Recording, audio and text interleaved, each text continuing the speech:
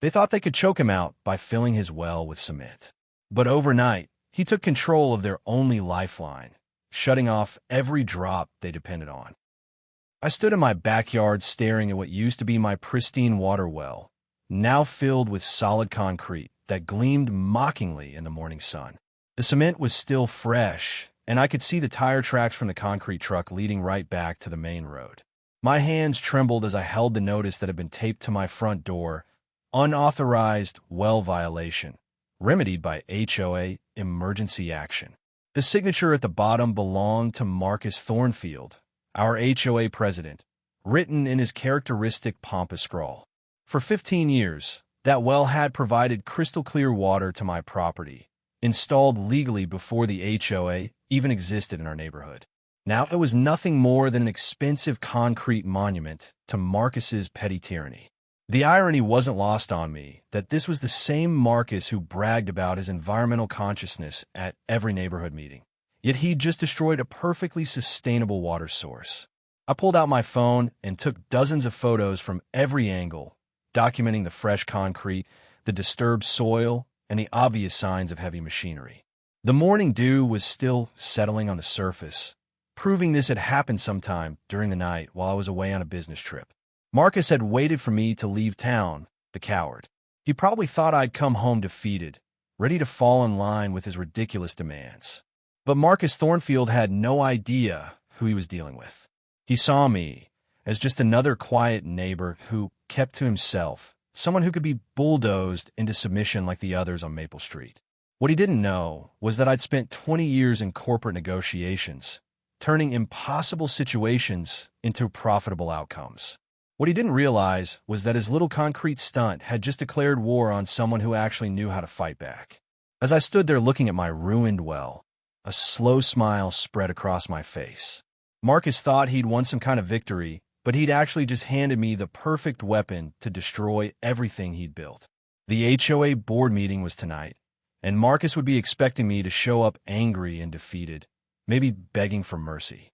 Instead, I was going to give him the performance of a lifetime. I walked back into my house and pulled out my laptop, already formulating a plan that would make Marcus wish he'd never heard my name. The well was gone, but the real game was just beginning. Have you ever dealt with an HOA president who thought they were untouchable? Let me know in the comments, because this story is about to get very interesting. Marcus Thornfield had transformed from neighborhood busybody to HOA dictator in just 3 years, and the change had been as dramatic as it was terrifying. When he first moved to Maple Street, he seemed like any other middle-aged insurance adjuster looking for a quiet suburban life. He was average height with thinning brown hair, wire-rimmed glasses, and the soft build of someone who spent too much time behind a desk. But there was something in his pale blue eyes that should have warned us all. It started innocently enough with Marcus volunteering for the HOA board, claiming he wanted to contribute to community improvement. Within 6 months, he'd maneuvered himself into the president's position by systematically undermining the previous board members. He'd find minor violations in their own properties, threaten legal action, and force resignations until only his allies remained. The sweet elderly man who'd been our president for a decade suddenly found himself facing thousands in fines for having the wrong shade of mailbox paint. Marcus's true nature emerged once he had unchecked power. He instituted a bewildering array of new rules that seemed designed specifically to generate fine revenue rather than improve the neighborhood. Grass couldn't be more than 2 inches high, but also couldn't be less than 1 inch. Garden decorations were forbidden except during specifically designated seasonal windows. Parking in your own driveway was limited to 2 vehicles, and they had to be positioned in an exact formation he'd drawn up himself. The enforcement was swift and merciless. Marcus would patrol the neighborhood every morning at exactly 6 a.m., armed with a clipboard, measuring tape, and digital camera. He'd document violations with the precision of a crime scene investigator, complete with timestamps and GPS coordinates. Neighbors who'd been friends for years stopped talking to each other, afraid that any social gathering might be construed as a violation of the excessive noise ordinance Marcus had pushed through. What made Marcus truly dangerous wasn't just his pettiness, but his intelligence. He understood legal loopholes and used them ruthlessly. He'd researched every property deed, every city ordinance, and every state law that might give him leverage over residents. When the Johnsons tried to fight back against his harassment, Marcus buried them in legal paperwork until they couldn't afford to continue the battle. When elderly Mr. Patterson complained about wheelchair accessibility violations, Marcus somehow got him cited for modification of common areas. The neighborhood had become a police state with Marcus as its supreme leader. Children were afraid to play outside because their laughter might violate noise restrictions. Adults tiptoed around their own properties, constantly looking over their shoulders for Marcus's morning patrol. The man had successfully terrorized an entire community into submission, and he reveled in every moment of it. But Marcus's greatest weakness was his arrogance. He'd grown so comfortable in his power that he'd stopped being careful. He truly believed that no one could touch him, that his position as HOA president made him untouchable. The well incident wasn't just another power play. It was Marcus getting drunk on his own authority. He thought filling my well with concrete would be the final demonstration that he could do anything he wanted to anyone he chose. The concrete in my well was just the beginning of Marcus's declaration of total war.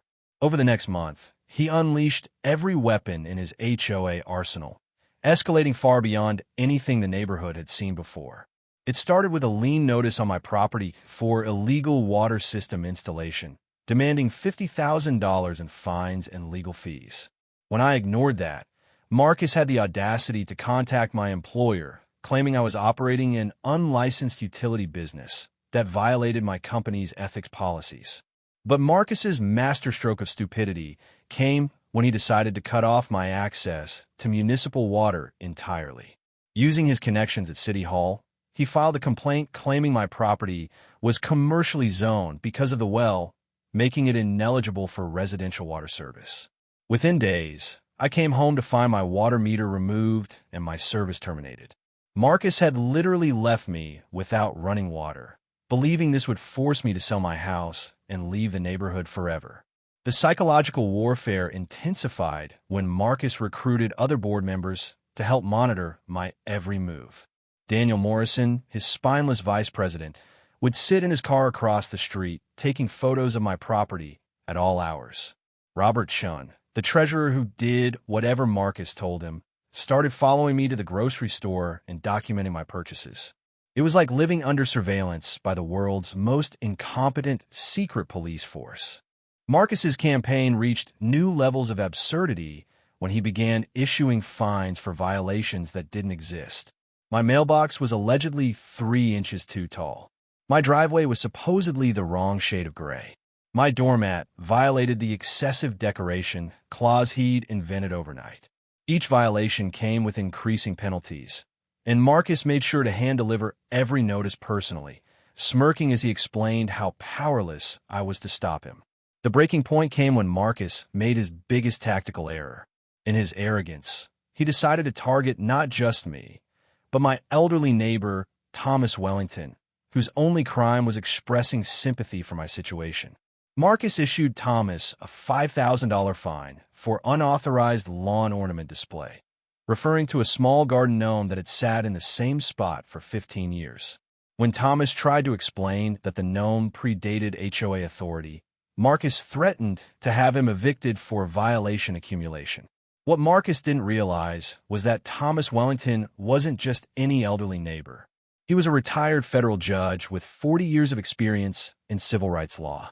More importantly, he was my father's old Army buddy and had been following Marcus's reign of terror with growing disgust. Thomas had been documenting everything, waiting for the right moment to act. Marcus's attack on him was the catalyst that would bring everything crashing down. The genius of Marcus's downfall was that his own arrogance made him careless. He'd been so focused on tormenting me that he hadn't noticed the careful documentation happening all around him. Every illegal action, every abuse of power, every violation of residents' rights had been recorded by someone he dismissed as harmless. Thomas had been building a federal case against the entire HOA structure, and Marcus had just given him the perfect defendant. As I watched Marcus swagger around the neighborhood, drunk on his own power and convinced of his invincibility, I realized he was about to learn a very expensive lesson. You don't threaten a federal judge's neighbors and expect to walk away unscathed. While Marcus was busy playing petty dictator, I was quietly assembling the most devastating legal arsenal he'd never see coming. My secret weapon wasn't just Thomas Wellington's judicial expertise. It was my own background in corporate infrastructure acquisition.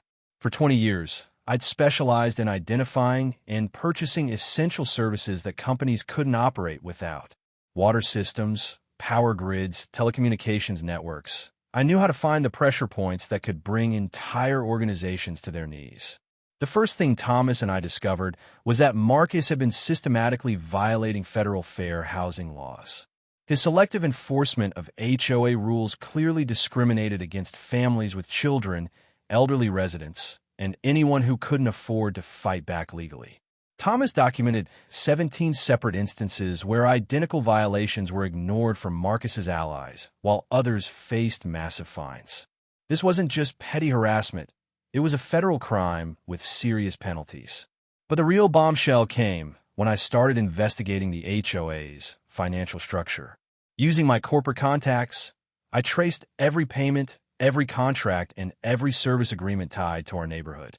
What I found was a web of corruption that made Marcus's concrete stunt look like a minor prank. He'd been awarding contracts to companies he had financial interests in, inflating prices by up to 300%, and pocketing the difference through shell corporations. The water situation was particularly revealing.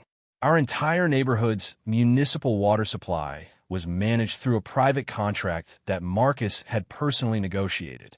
The company, Clearwater Municipal Services, charged our HOA $50,000 annually for water management and distribution. What Marcus didn't know was that I'd been tracking corporate acquisitions in the utilities sector for months, and Clearwater was hemorrhaging money due to some catastrophically bad investments. Through my industry connections, I learned that Clearwater was desperately seeking buyers for their smaller contracts. Their debt load was unsustainable, and they needed to liquidate assets quickly. The contract for our neighborhood represented exactly the kind of stable, profitable agreement that could help them stay afloat. But they were so financially desperate that the right buyer could acquire the entire contract for a fraction of its actual value. I spent weeks in quiet negotiations with Clearwater's executives, using shell companies and legal intermediaries to hide my identity. The beauty of the situation was that Marcus had no idea these conversations were happening. He was so focused on his petty power games that he'd never bothered to understand the business relationships that actually controlled the neighborhood's essential services. Thomas, meanwhile, had been building connections with federal investigators who specialized in housing discrimination cases. His decades of judicial experience had taught him exactly which agencies to contact and what evidence they'd need for prosecution. Every document Marcus had filed, every threatening letter he'd sent, every selective enforcement action he'd taken was being compiled into a case that could result in years of federal prison time. The most satisfying discovery was that Marcus's own arrogance had created perfect documentation of his crimes. He was so proud of his authority that he'd kept detailed records of every vindictive action, every discriminatory decision, and every abuse of power. His filing cabinets were essentially a confession letter written in triplicate, and Thomas knew exactly how to use it all against him. The HOA board meeting on November 15th was supposed to be Marcus's moment of supreme triumph. He'd scheduled it specifically to vote on my permanent removal from the neighborhood, having somehow convinced himself that the board could simply evict me for violating his made-up rules. Marcus arrived 30 minutes early, arranging his papers with ceremonial precision and practicing the speech he planned to give about maintaining community standards. He had no idea he was walking into the most devastating ambush of his life. I arrived precisely on time, carrying a single manila folder and wearing the calm expression that had served me well in corporate boardrooms. Marcus immediately launched into his prepared presentation, detailing my numerous violations and demanding the board authorize legal action to force me out. He spoke for 20 minutes, his voice growing more confident with each accusation. convinced that his authority was absolute and unquestionable. Continue Tiamoro. When Marcus finally finished his performance and called for a vote, I simply stood up and opened my folder. Before we proceed, I said quietly, I think the board should know that as of this morning, I am the new owner of Clearwater Municipal Services contract for this neighborhood. The silence in the room was deafening. Marcus's face went through several color changes as he processed what I just said. Furthermore, I continued, pulling out Thomas Wellington's federal complaint. Judge Wellington has filed formal charges with the Department of Justice regarding systematic civil rights violations by this HOA board. Marcus's carefully arranged papers scattered across the table as his hands began shaking. The other board members looked like deer caught in headlights, finally understanding that their reign of terror was over. The beauty of the moment was watching Marcus's arrogance crumble in real time. He tried to bluster, claiming that my purchase of the water contract was somehow illegal, that Thomas didn't have authority to file federal complaints. But his voice cracked with each word, and everyone in the room could see the fear growing in his eyes. The man who'd terrorized an entire neighborhood was suddenly face-to-face with consequences he couldn't bully his way out of. I pulled out the contract termination notice I prepared and placed it on the table. Effective immediately, I announced. Water service to all HOA common areas and the homes of current board members is suspended pending a full audit of discriminatory practices. Marcus lunged for the document, but Thomas calmly explained that federal law prohibited retaliation against witnesses in civil rights cases. The final blow came when I revealed the financial evidence we'd compiled. Every fraudulent contract, every inflated invoice, every kickback Marcus had arranged was documented in excruciating detail. The man who'd thought himself untouchable was facing federal fraud charges that could result in decades in prison. His little kingdom built on harassment and intimidation was collapsing faster than he could comprehend. Marcus tried one last desperate gambit, threatening to sue me for breach of contract and malicious interference. That's when Thomas stood up and smiled the patient smile of a man who'd spent 40 years dealing with bullies in expensive suits. Marcus, he said quietly, you're going to want to call a lawyer, a very good lawyer, and you're going to want to do it tonight. The federal investigation moved with the swift efficiency that only comes when investigators find a target-rich environment. Within 72 hours of Thomas's complaint being filed, FBI agents were knocking on Marcus's door with search warrants for his home, office, and HOA records.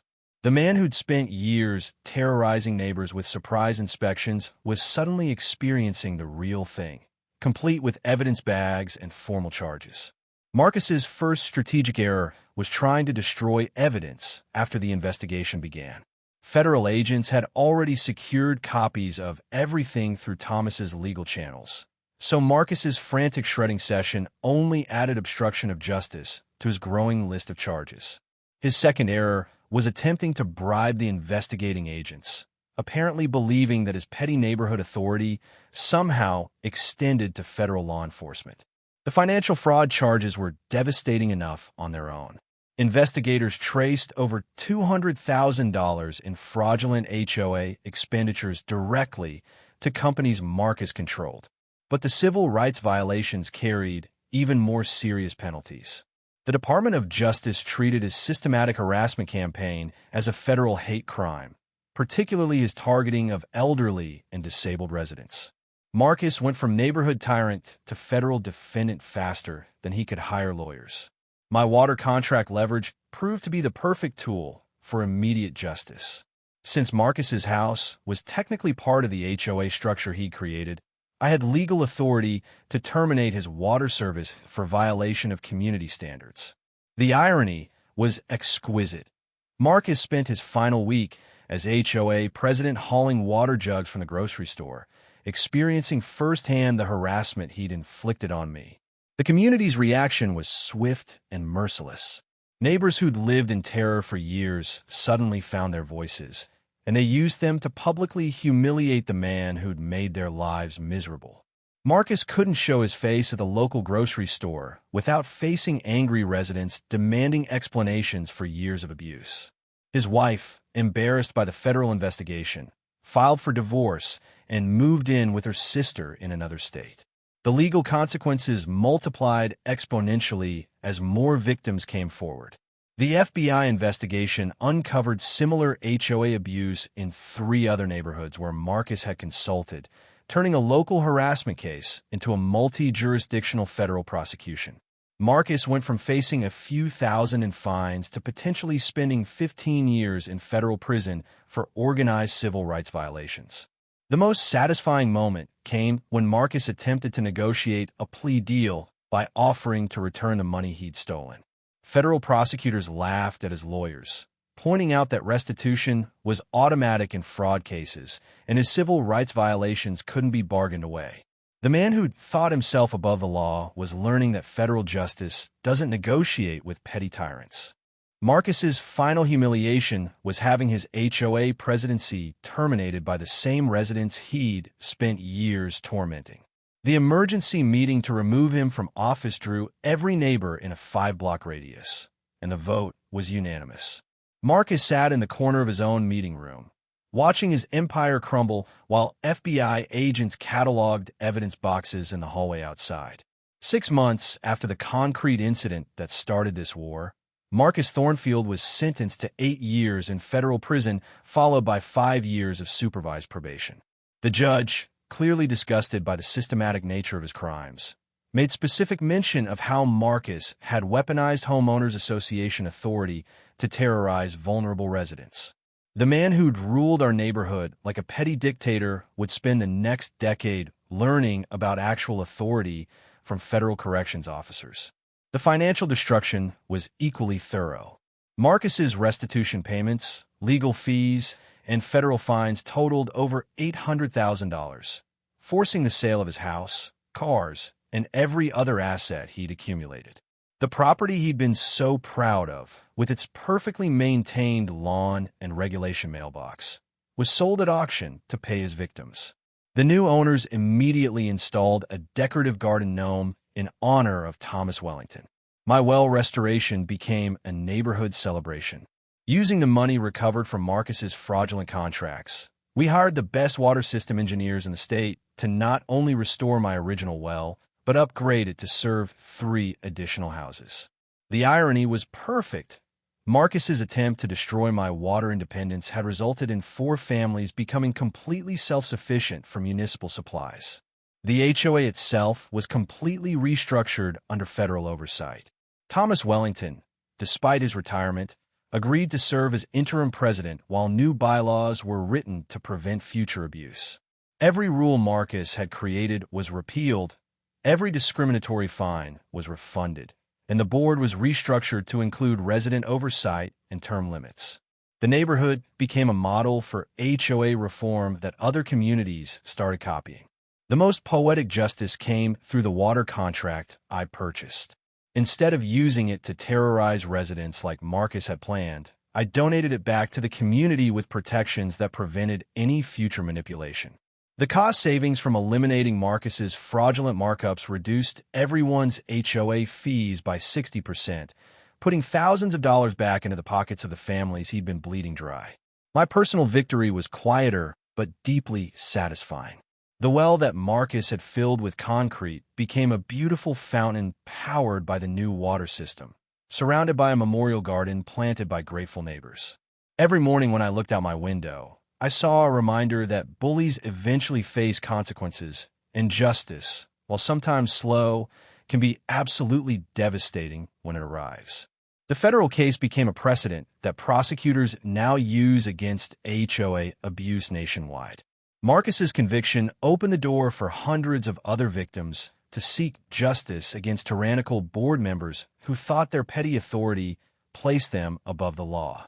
His name became synonymous with HOA corruption in legal circles, ensuring his legacy would be one of defeat rather than power. Thomas Wellington summed it up best at the neighborhood barbecue we held to celebrate Marcus's sentencing. Some people mistake fear for respect, but they always learn the difference eventually.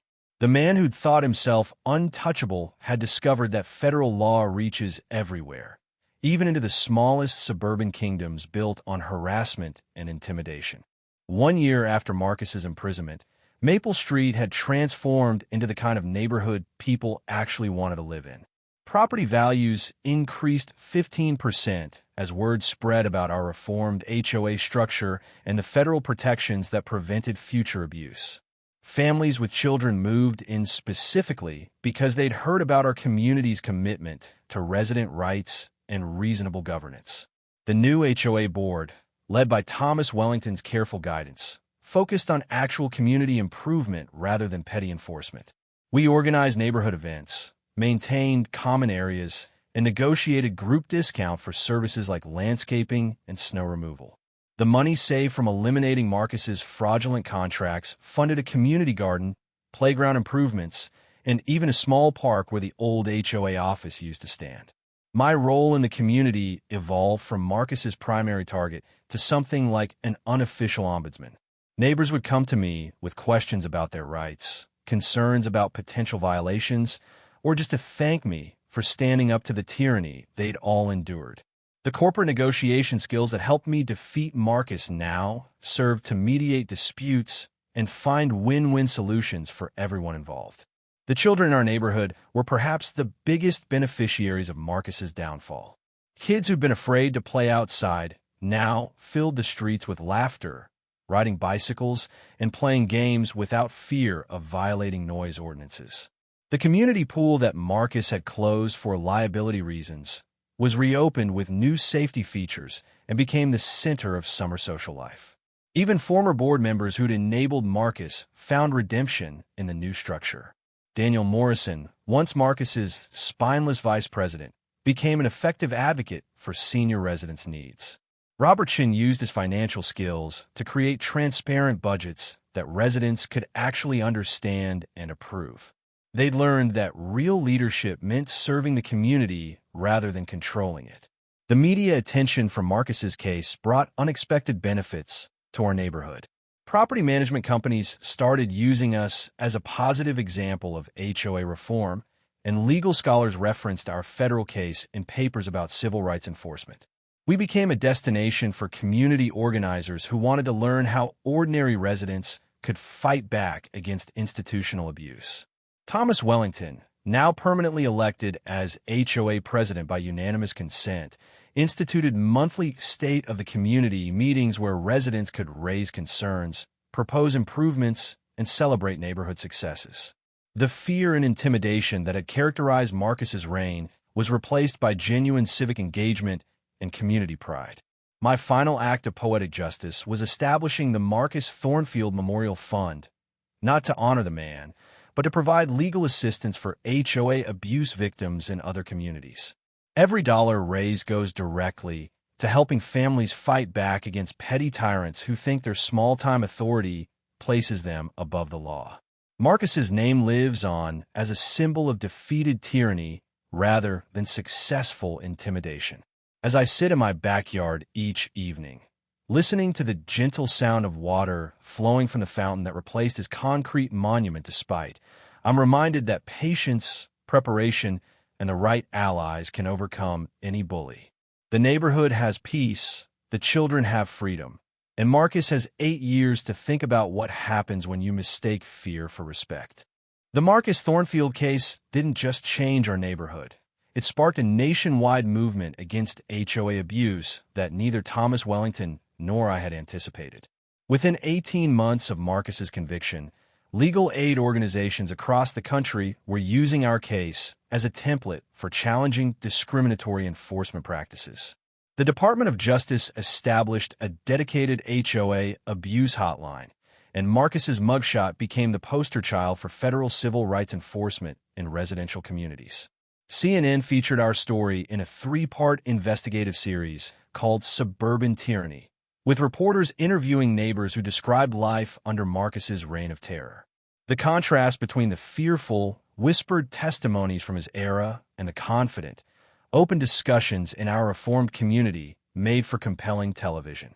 Marcus, watching from his federal prison cell, became a cautionary tale broadcast into millions of American homes. Harvard Law School invited Thomas Wellington to guest lecture on civil rights enforcement, and his presentation became so popular that they created a permanent course called Community Justice and Federal Intervention. Students would analyze Marcus's systematic violations as a case study in how personal prejudice could escalate into federal crimes. Thomas would always end his lectures by showing photos of our neighborhood's transformation, proving that legal victory could create lasting positive change. The financial industry took notice when mortgage companies started offering reduced rates for homes in federally protected communities like ours. Our neighborhood's legal precedent meant that discriminatory HOA practices were essentially impossible, making us a safer investment for both lenders and buyers. Property values continued climbing as families sought the security of living somewhere with established protections against board member abuse. My corporate consulting business expanded unexpectedly as municipalities and HOA management companies hired me to review their governance structures for potential federal violations. The skills I'd used to defeat Marcus, document analysis, contract negotiation, and strategic planning, became valuable commodities for organizations desperate to avoid their own federal investigations. Marcus's downfall had created an entire consulting niche focused on compliance and resident rights. The most surprising development came when publishers started contacting me about writing a book detailing our battle against Marcus. Literary agents explained that HOA horror stories were becoming a popular genre, with readers craving tales of ordinary citizens fighting back against petty authoritarianism. The preliminary title, Concrete Justice: How One Neighborhood Defeated HOA Tyranny, was already generating interest from major publishing houses. International attention followed when the BBC produced a documentary about American HOA culture, featuring our community as an example of successful reform. European viewers, largely unfamiliar with homeowners associations, were simultaneously horrified by Marcus's behavior and inspired by our organized resistance. The documentary won several international awards and led to academic studies comparing American HOA governance to historical examples of local authoritarianism. Even Marcus's former allies found unexpected redemption in the national spotlight. Daniel Morrison became a sought-after speaker at HOA conferences, sharing his transformation from enabler to advocate. His presentations about recognizing and resisting board member bullying drew standing ovations from audiences who saw their own experiences reflected in his story. The man who'd once photographed my property for violations was now helping other communities identify similar abuse patterns. The Marcus Thornfield Memorial Fund grew beyond our wildest expectations, receiving donations from HOA abuse victims nationwide who wanted to support legal challenges in their own communities. Within 2 years, we'd funded successful federal cases in 12 states, with each victory creating additional precedent for future challenges. Marcus's name had become synonymous not with power, but with the consequences of abusing that power. Marcus Thornfield's adjustment to federal prison life provided a fascinating study in how bullies behave when stripped of all authority and placed among people who don't fear their petty threats. According to his cellmate interviews that leaked to local media, Marcus spent his first month trying to organize his fellow inmates into following prison rules more strictly, apparently believing his HOA management skills would translate to correctional facility leadership. The reality check was swift and brutal. Inmates who'd been dealing with actual authority figures, federal judges, FBI agents, and corrections officers, had zero patience for a suburban tyrant who thought measuring grass height qualified as law enforcement experience. Marcus's attempts to create cell block standards and commissary regulations earned him the nickname HOA Karen from prisoners who found his behavior more pathetic than threatening. Prison reports indicated that Marcus struggled profoundly with the loss of control over his environment. Guards noted his obsessive complaints about cell cleanliness standards, meal scheduling irregularities, and what he perceived as unfair treatment compared to other inmates. The man who'd terrorized neighbors over mailbox heights was now writing formal grievances about prison library book organization and demanding meetings with wardens to discuss facility improvement opportunities. His former wife, Patricia, granted interviews to local newspapers describing Marcus's transformation from normal suburban husband to neighborhood dictator. She revealed that his HOA obsession had consumed their marriage, with Marcus spending hours each evening planning new violations to cite and researching legal loopholes to exploit against residents. Patricia's divorce proceedings included testimony about Marcus's increasingly paranoid behavior and his belief that neighbors were conspiring against his authority. The most revealing insight came from Marcus's prison correspondence, which became public record during his appeals process. Letters to his lawyer showed complete inability to accept responsibility for his actions, with Marcus blaming federal overreach, vindictive neighbors, and what he called a conspiracy of malcontents for his conviction. Even facing 8 years in prison, he maintained that his HOA management had been necessary for community standards.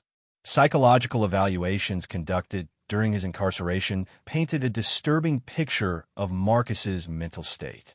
Prison psychologists noted his persistent fantasies about returning to neighborhood leadership and his detailed plans for properly managing future communities.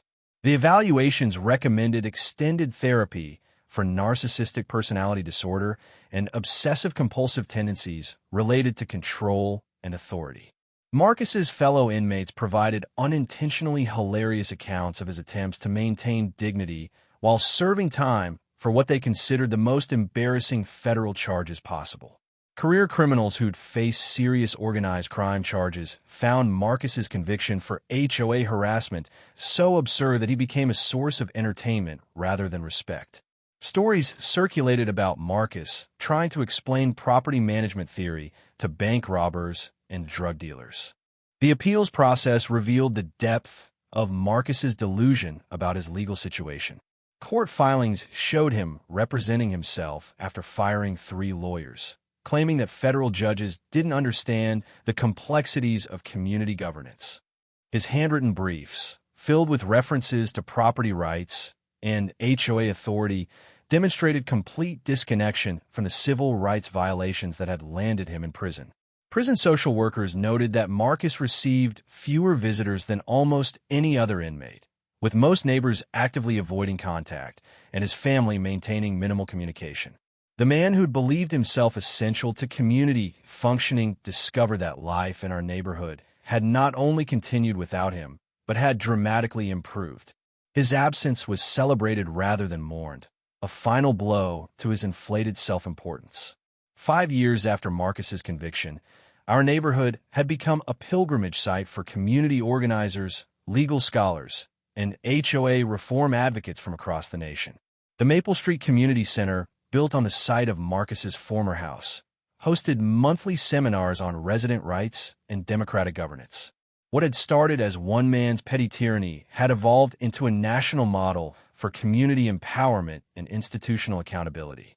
The Marcus Thornfield Federal Civil Rights Act, introduced in Congress by representatives who'd heard our story, proposed nationwide standards for HOA governance and federal oversight of community association activities.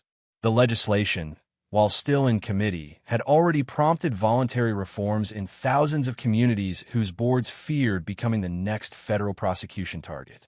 Marcus's legacy was becoming the opposite of everything he'd tried to achieve.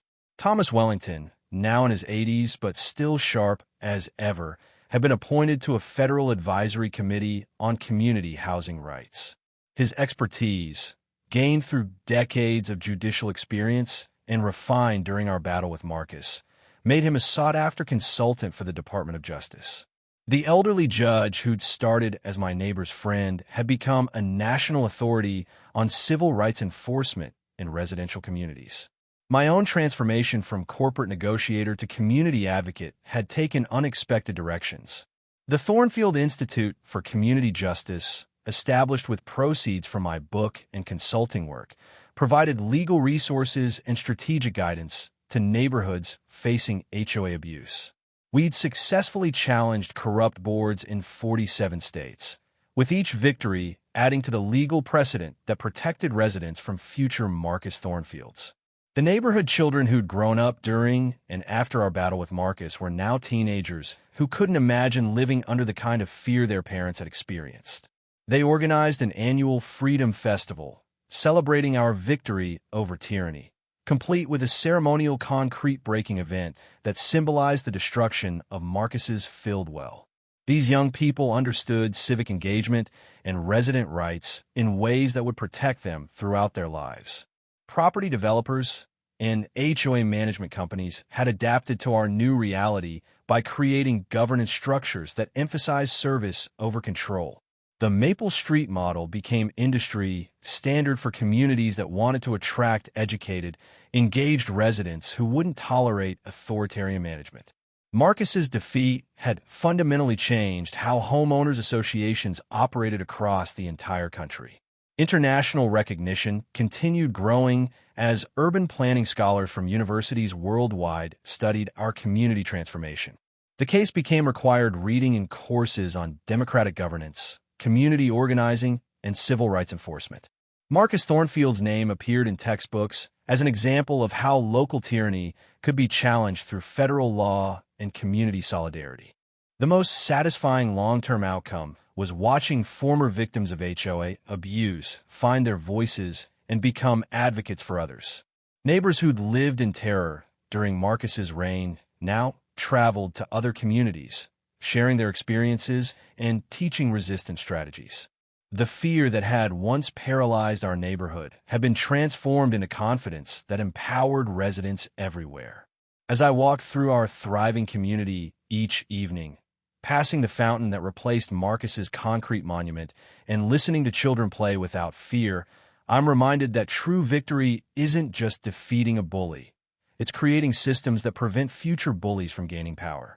Marcus Thornfield spent 8 years in prison, but our neighborhood has spent those same years building something beautiful and permanent, a community where authority serves residents rather than terrorizing them. Have you seen positive changes in your community after standing up to abuse of power? Share your transformation stories in the comments. They inspire others to believe that change is possible. And if you're dealing with HOA tyranny right now, remember that you have more legal protections than you might realize. Subscribe for more updates on community rights and the ongoing fight for residential justice. Disclaimer: the story you just watched is fictional. It explores themes of neighborly conflict, the abuse of authority, and a strategic triumph over injustice. This narrative aims to highlight the importance of standing up for your rights and the dramatic consequences of underestimating a determined individual.